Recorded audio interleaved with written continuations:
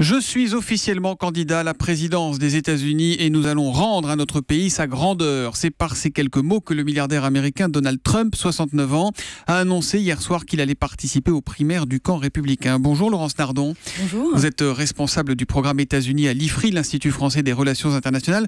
Déjà, pourquoi Donald Trump? Pourquoi lui? Pourquoi il se lance là? D'abord, il n'est que le 10e à se lancer dans la course côté républicain. Et c'est un milliardaire qui est un personnage vraiment un peu hors norme, un peu tonitruant, un peu médiatique. Et, il a dit que tous les politiques plaisir. étaient stupides, sauf lui, évidemment. Oui, il a le sens de la formule, on va dire. Si vous voulez, il n'est pas le seul entrepreneur milliardaire à se lancer.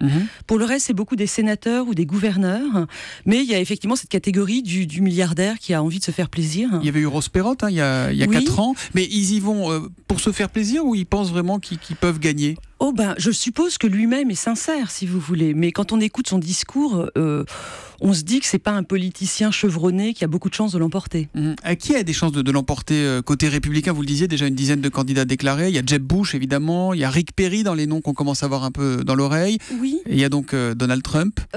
Écoutez, en venant, je faisais une liste dans ma tête et je trouvais 15 noms assez facilement. Donc, la raison, c'est que côté républicain, il n'y a pas vraiment de front-runner qui se détache du peloton. Le front-runner, c'est-à-dire d'un homme devant, quoi. Oui, il n'y a personne qui se détache vraiment du peloton. Il n'y a pas un échappé, comme on dit en cyclisme. Exactement. Et donc, tout le monde a ses chances, d'une certaine manière. Et par ailleurs, au Parti républicain, depuis plusieurs années, il y a beaucoup de courants très différents et donc beaucoup de gens qui les représentent. Donc, c'est vraiment pas joué. Est-ce qu'il y a encore l'influence du Tea Party, la droite de la droite du Parti républicain qui avait joué un rôle important lors de la précédente élection? Oui, ils sont toujours là. Et d'ailleurs, il y a pas mal de candidats qui vont courir pour ce courant-là du Parti républicain. Ceci dit, lors des dernières élections en novembre dernier, 2014, les élections de mi-mandat, l'establishment du Parti républicain a quand même cherché à les faire taire, parce que c'est des candidats qui sont quand même assez peu contrôlables, qui ont tendance à dire des choses un tout petit peu scandaleuses parfois sur certains sujets, et donc ils font du mal au parti. Bon, alors on va quand même essayer d'établir l'affiche de la finale. Pour vous, côté républicain, c'est qui? Aujourd'hui, le favori, ça serait qui? Aujourd'hui, le favori est Jeb Bush. Donc, Jeb Bush à droite. Et au centre-gauche, on va dire, ou au centre-droit, chez les démocrates, on parle beaucoup d'Hillary Clinton. En fait, vu d'ici, l'archi-favorite. Est-ce que c'est vraiment le cas? Alors, pour l'instant, elle mène dans les sondages. Mais on est à 1 an et demi de l'élection.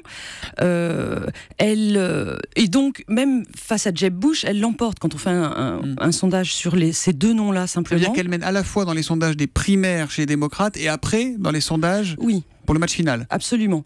Mais en même temps, elle est assez clivante, elle est assez détestée par une partie de l'opinion, bon, évidemment à droite, et elle est assez maladroite parfois, et elle va traîner, on va lui en trouver certainement, un certain nombre de casseroles, de sujets qui la gênent, comme les emails perso qu'elle a gardés quand elle était secrétaire d'État. Elle s'est servie de sa boîte perso quand elle était secrétaire d'État, elle n'a pas le droit de le faire, ça, normalement. Voilà, et elle fournit des explications qui sont un tout petit peu arrogantes dans sa manière de les donner, et ça, c'est pas bon. Et donc, la presse de droite et les agences de communication des candidats républicains vont certainement travailler à trouver d'autres sujets qui la gênent. Ça va être une cible intéressante pour le camp d'en face. Ça va être une cible permanente pour le camp d'en face. Et Joe Biden, le vice-président de Barack Obama, il n'est pas légitime? Ça s'est déjà vu. Il y avait Reagan, George Bush père était vice-président, hop, il a été candidat. Oui, vice-président, c'est effectivement un autre vivier pour candidat. Le problème de Biden, c'est que, il est assez âgé, et aussi, il est connu pour faire des gaffes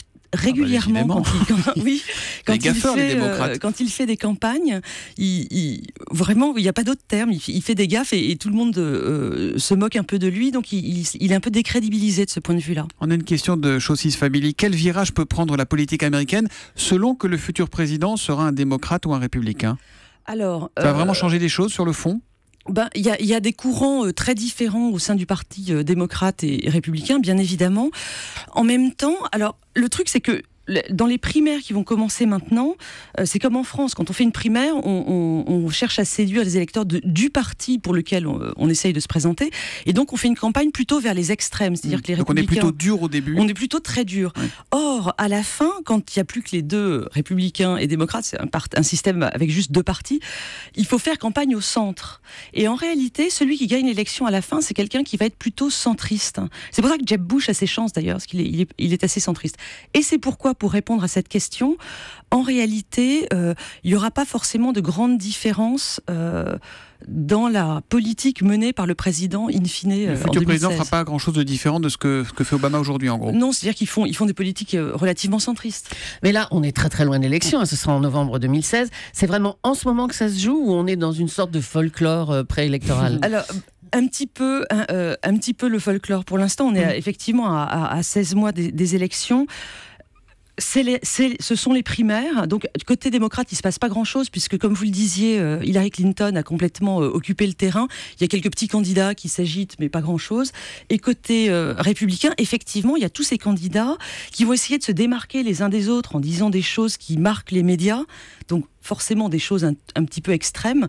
Et donc, on va être un peu dans la surenchère. Et on saura dans un an, hein, l'affiche à peu près, c'est ça, hein, l'été prochain? C'est à l'été prochain que les conventions de chaque parti nommeront le finaliste. Voilà, puis une dernière remarque de Fran qui nous dit avoir beaucoup d'argent, c'est primordial pour être candidat. C'est vrai que c'est un peu l'alpha et l'oméga des campagnes américaines. Ah, tout à fait. C'est tellement onéreux de faire campagne. Et pour ça, peut-être être milliardaire comme Donald Trump, ça peut aider. Merci Laurence Nardon d'être venue en direct sur Europe 1 ce matin. Précisons que l'on peut d'ores et déjà suivre la campagne sur votre compte Twitter, @Laurence Nardon, tout attaché. Merci, bonne journée à vous.